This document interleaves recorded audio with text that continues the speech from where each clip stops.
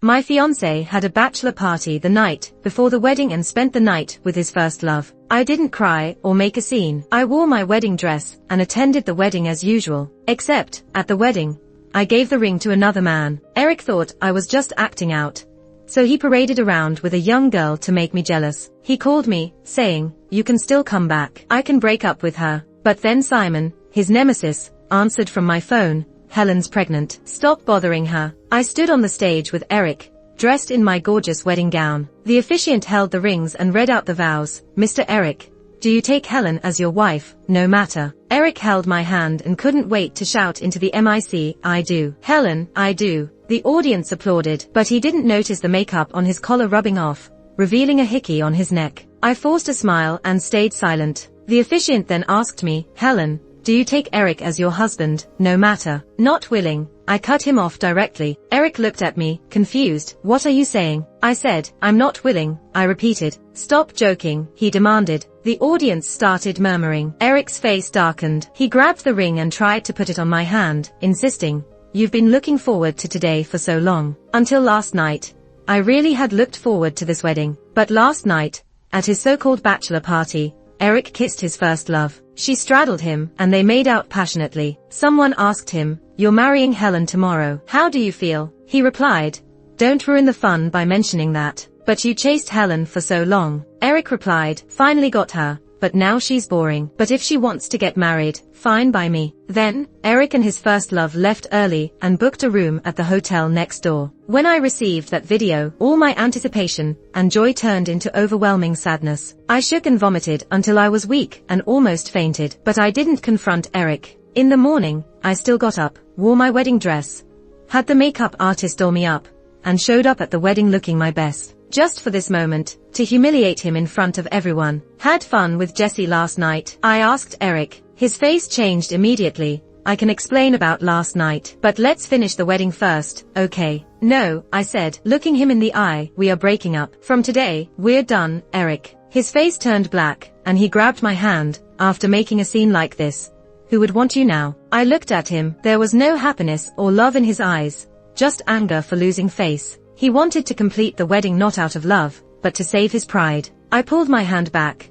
Then what if I give myself to someone else? I glanced down the stage and saw Simon, Eric's nemesis. When I put the ring on his finger, I was more nervous than when I rejected Eric. My friend Rena had told me Simon wasn't interested in women, probably dated men. I thought asking him for help would be the best choice. Before Simon could react, I said, "I know you don't like women, but please help me. Take me away." Simon looked at me silently for a long time. When I thought he would push me away, he suddenly asked, "No regrets?" I thought he meant canceling the wedding, and I shook my head firmly. "No regrets." "Your word." He held my hand back firmly and led me out. His steady figure gave a strong sense of security. Eric yelled from the stage, "Simon, what do you mean by this?" Simon didn't even turn his head. "Handle it." His assistant went forward immediately. I got in Simon's car. The huge wedding dress almost filled the entire backseat. Away from the bustling venue, sorrow overwhelmed me. It wasn't that I missed Eric. I just felt heartbroken for the 5 years I spent with him. I thought we would have a happy ending,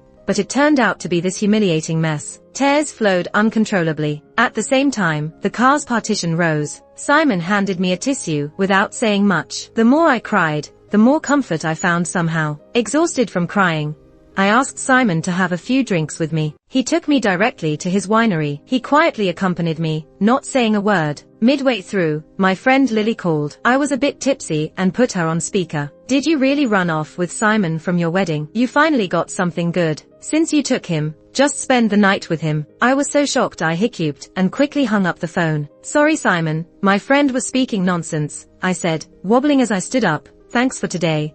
I'll head home now." But I ended up overestimating my alcohol tolerance. When I tried to stand up, my legs felt like jelly, and I fell straight into Simon's arms. I don't even know how things escalated to this point. Simon just kissed me, forcefully and dominantly, and I couldn't resist. My wedding dress got torn to pieces. With the last of my strength, I pushed him away, and finally managed to catch my breath. He looked at me, his eyes full of possessiveness. "You just let me put a ring on you in front of everyone, and now you're having second thoughts. Or are you still thinking about Eric?" My head was spinning, but I shook it immediately. Eric was dead to me since the night he slept with his first love. Simon said. Good. Then he completely ripped off my wedding dress. Wait, no more waiting. Simon couldn't wait anymore. He picked me up, and I clung to him with all my limbs. We didn't even make it to the bedroom. He was already coming on top of me. I felt like a tiny boat rocking on the water, the oar dipping in and out of the water with increasing speed. The faster the oar moved, the more the boat was propelled forward,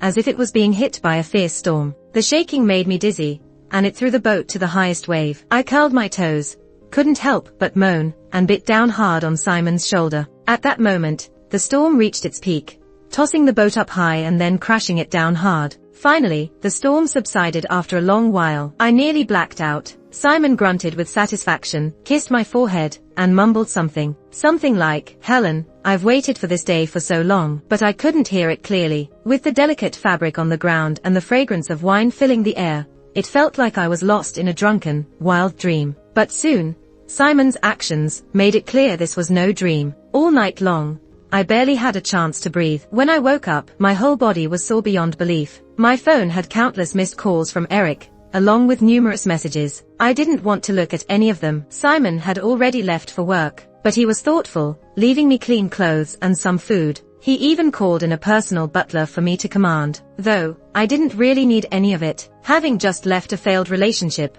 I didn't plan to stay, nor did I plan to get tied up with Simon. After letting my family know I was safe, I headed straight from the winery to the airport. Without a specific destination, I just picked the next available flight. Before boarding, I thought for a moment and sent Simon a message. "Thank you." Then I took out my domestic SIM card. For over 2 months, I traveled alone. It wasn't until Lily's birthday approached that I booked a flight back home. Lily had her birthday party outdoors. At first, it was just a few of us close friends. Unexpectedly, Eric showed up with his first love. Lily was furious. I didn't invite him. The nerve of him. "I'll kick him out right now." I stopped her. "No worries. Today's your birthday. No need to ruin it over this. We'll just ignore him." But after a few drinks, Eric made a scene. Staggering over, he said, "Helen, come home with me please." I took a step back, looking at him coldly. "Eric, maybe you forgot, but we broke up. But I never agreed to it." He stared at me intensely. "So, you're still my fiancé?" Suddenly, there was clapping behind me. Simon approached. "First time I've heard a breakup needs mutual consent." Eric's face turned sour. "Why do you keep butting into things between Helen and me, Simon? What I do is none of your business." Simon stood next to me, separating me from Eric. The heavy smell of alcohol vanished, replaced by the fresh scent of pine. "Ready to go?" he asked me. I didn't hesitate. "Yeah, let's go." Behind us,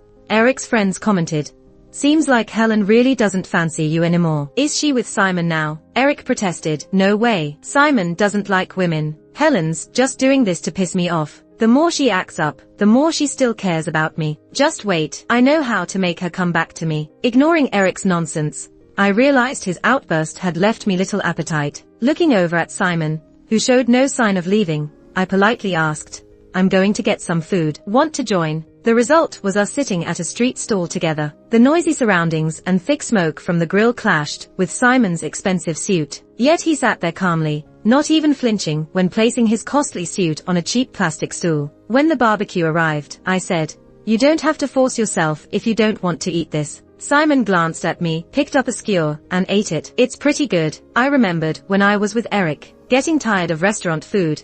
I sometimes wanted to have something different like street food, but he always found it dirty. "Helen, we have money. No need to eat that stuff." To me, eating street food wasn't about money. One time on my birthday, he reluctantly agreed to try a street vendor's barbecue with me. From the moment we sat down, his brows furrowed tightly, and he wiped the stool multiple times before sitting. Seeing him struggle to eat, I suggested, "If you can't eat it, don't force yourself. I can eat alone." "No, I said I'd join you, so I will." The next day, he got gastritis. While caring for him, I felt incredibly guilty, tears welling up in my eyes. Eric didn't hold back, constantly chastising me. "I told you it wasn't clean, but you insisted. If you had listened, I wouldn't be like this. Hope you've learned your lesson not to be so willful." In that moment, my guilt reached its peak. After that, I always followed his food preferences. My thoughts returned to the present. Most of the barbecue on the table was already gone. As I watched Simon pick up the last skewer, I quickly snatched it from his hand and stuffed it into my mouth. You eat more, you pay, I said. He responded matter-of-factly, you sleep, I run. What's the big deal about treating me to some barbecue? I was so shocked that I started choking and coughing. Simon calmly handed me a bottle of water, his eyes full of amusement. But the next day, Simon's assistant told me that Simon had an upset stomach and was hospitalized. Remembering the shadow cast by the previous Eric incident, the first thing I did when I entered the hospital room was to apologize to Simon. I'm sorry. Simon, with an IV drip in his hand, leaned against the hospital bed. Why are you apologizing? The food was my choice. It has nothing to do with you. I'm an adult. I know the consequences of my actions. He looked at me, a bit helpless. I didn't want to ruin your mood, but it seems like I messed things up. I should be the one apologizing. I was taken aback for a moment, remembering Eric's accusatory words from before. Right, he's an adult. Of course. He knew that saying those hurtful things to me would only make me more sad and guilty, but he still said them. He just wanted to punish me, to make me follow his words. Just then, my phone rang. It was Gavin, Eric's good buddy, who knew me quite well too. Helen, Eric has a fever and there's no medicine at home. Can you buy some medicine and check on him? His voice echoed, probably on speakerphone. Eric was likely listening. I said, why don't you ask the girl who was on top of him the night before the engagement to bring the medicine? And by the way, Gavin, Eric and I already broke up. Didn't you know that? So, don't come to me for anything related to him again. On the other end, a cup shattered. Eric gritted his teeth. Helen, my patience is limited. Take the hint and don't push it. I sneered and was about to speak. Simon suddenly called out to me, Helen, the IV is done. Can you call the doctor? I was a bit puzzled. His assistant was right next to him,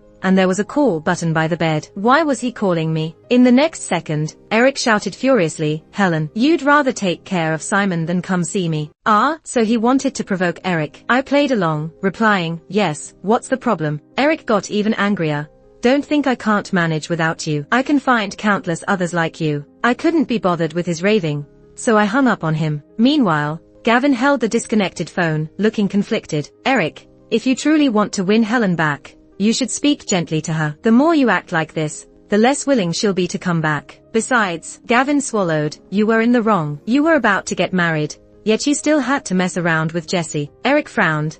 I got drunk that night, and Jessie was so forward. What could I do? Besides, it was just one time. What's the big deal? In that situation, who could refuse their first love? I made a mistake that every man in the world makes. I still love Helen. Isn't that enough? What else does she want from me? Should I kneel and beg for her to come back? Gavin sighed, feeling helpless. I'm just saying, if Helen really leaves one day, don't cry to me. Eric's eyes hardened. Run? With whom? Simon. He's no saint either. You think he likes Helen. He's just using her as a stand-in. Although Simon didn't blame me, I still frequently visited him in the hospital these past few days. One day, while I was peeling an apple for Simon, Lily called. Did you get back with Eric? She asked. I was confused. What? She sent me a picture of Eric holding another girl, kissing her. The girl only showed half of her face, but both that half face and her dressing style looked a lot like me. So much so that even I did a double take, doubting it was myself. Lily also screenshot the comments below. Did you get back with Helen? Looks like you won the bet. Helen still came back to you. See, Helen can't live without you. Eric himself left a vague comment. Of course, she'll always be mine. He didn't explain that the girl wasn't me. Instead, he deliberately let everyone misunderstand. That girl isn't me. I replied to Lily. Eric is doing it on purpose. He wants everyone to think that woman is me. Lily sighed with relief over the phone. That's good. I thought you got back with that jerk. I have something to confess. When you went abroad for a break,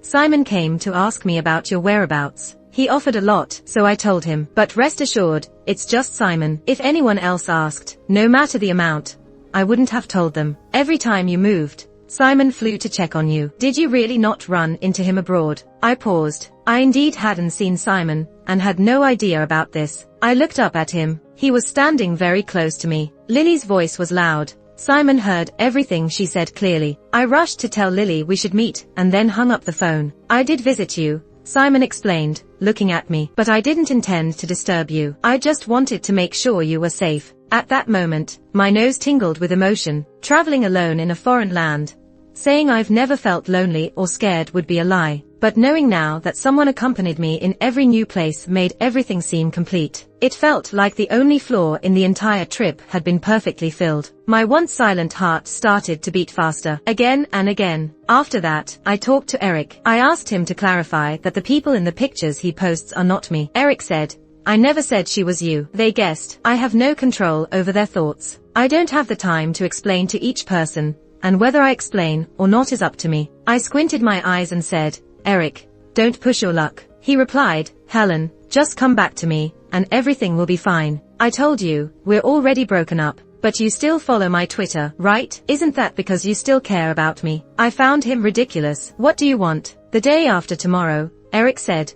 "Come celebrate my birthday with me, and we'll talk in person." Eric loves crowds. He always invites lots of people to his birthdays. The private room was packed when I pushed the door open. They were all gathered around Eric, talking. "Helen truly wants to reconcile with you. Look at the expensive gift she gave. It's Eric, after all. Women always end up bowing to him." Eric was fiddling with a brand new watch on his wrist. It looked like the gift was supposed to be from me, but I didn't give him anything. He said, "Since we've been together for so long, of course, she still loves me." It turned out he invited me to solidify this notion. Fortunately, I was there precisely to settle this. One of his friends spotted me and cheerfully called out, "Helen's here. Make some room for her." "No need," I said. "I'll just stand for a bit and leave soon." Eric's face darkened for a moment. "Helen, come sit." I didn't move and instead addressed everyone while standing. "Since there are so many people here, I want to make things clear today. Eric and I have completely broken up. I've already posted a video in our group chat explaining the reasons. Feel free to watch." The group initially consisted of just me, Eric, and a few close friends. Over time, it expanded to several hundred people. And the video I posted was of Eric passionately kissing his first love. We did spend time together. I didn't want our relationship to end so badly, but he kept pushing me,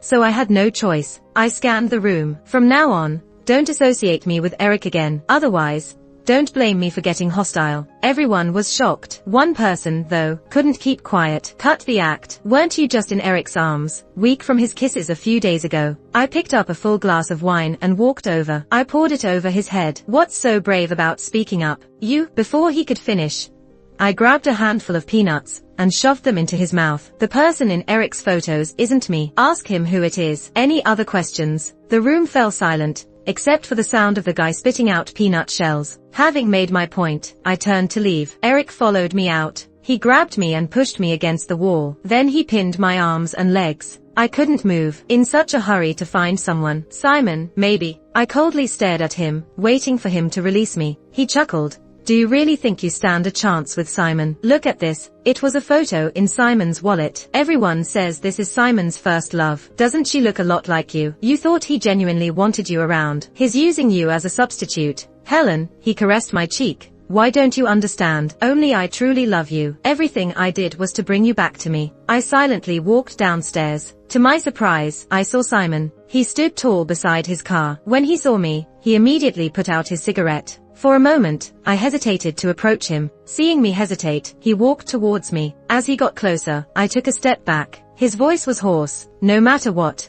let me take you home first. It's late, and it's not safe for you to be alone." The ride was silent. He insisted on seeing me to my door. As he was leaving, I stopped him. "Simon," I tugged on his coat, "the photo in your wallet. What's the story?" The air seemed to freeze for a moment. Simon looked flustered. The girl in the photo wore a cyberpunk outfit. She had braided hair, smoky makeup, and large, irregular earrings. She looked a lot like me, but anyone familiar with me wouldn't mistake her for me. They would only say she resembled me. Even Eric. That's because my life has always been that of a good girl and a stellar student. School uniforms and white dresses were my go-to outfits. Teachers and relatives praised my obedience, and even my parents were pleased with me. In everyone's eyes, I seemed never to rebel, like a train that never derailed. It was hard for anyone to connect the girl in the photo with me, but actually, that girl was me. So, it wasn't about being a substitute. That was me back in high school. When the academic pressure became too much, I used after-school tutoring as an excuse to secretly join a band. We often performed in neighboring cities. I knew no one would support me, so I kept it a secret. But those were the happiest times of my life. I even gained a small fan base. Among them, there was one who followed every performance since I joined. He would send me handwritten letters and photos from each show. I never knew who he was. After the band disbanded, we lost contact. He was a special note in my rebellious symphony, not often mentioned, but forever remembered. Until I saw this photo. I recognized it right away. It was one of the photos that fan took of me back in the day. Eric didn't know that girl was me. He thought showing me the photo would make me dislike Simon, but it backfired and brought me an unexpected surprise. Why didn't you tell me that person was you? Simon said, there were many fans who liked you back then. I was just one among many. Idiot. I choked up a bit, of course not. At first, lots of people scolded me, saying I sang horribly. Only you praised me from beginning to end. Every time I got bashed, I'd see your letters and think, there's still you listening. It's not too bad. When I saw Eric pull out that photo, it confirmed my feelings for Simon even more. My ears burned, and I took the initiative to hook my arms around his neck, tentatively and actively kissing his lips. Simon, thank you for always being with me. The next second, Simon took charge. He grabbed my wrists and pinned them above my head, kissing me fiercely and dominantly. The cramped couch turned into a battlefield. Clothes scattered everywhere. His burning body enveloped me completely, calling my name over and over, Helen. The rhythm slowed and quickened like waves. A huge fish plunged into the water,